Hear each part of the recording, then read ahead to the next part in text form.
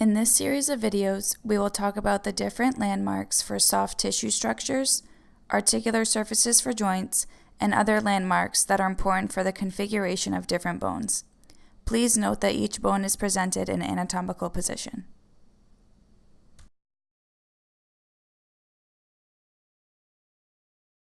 This is an anterior view of the right ulna. The ulna is separated into three parts: the upper end, the body or shaft, and the lower end.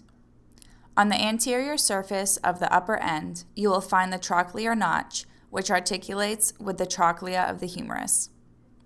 The trochlear notch is formed from the olecranon process and the coronoid process.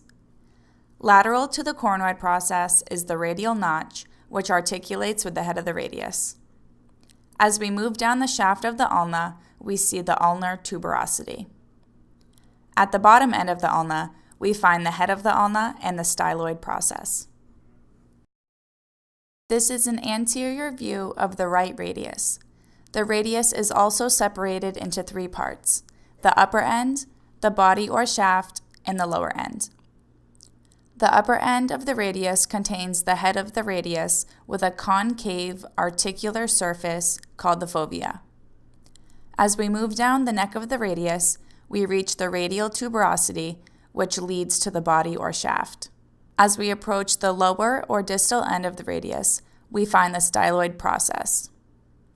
At the most distal point of the radius, we find the articular surface, which articulates with the scaphoid and lunate carpal bones.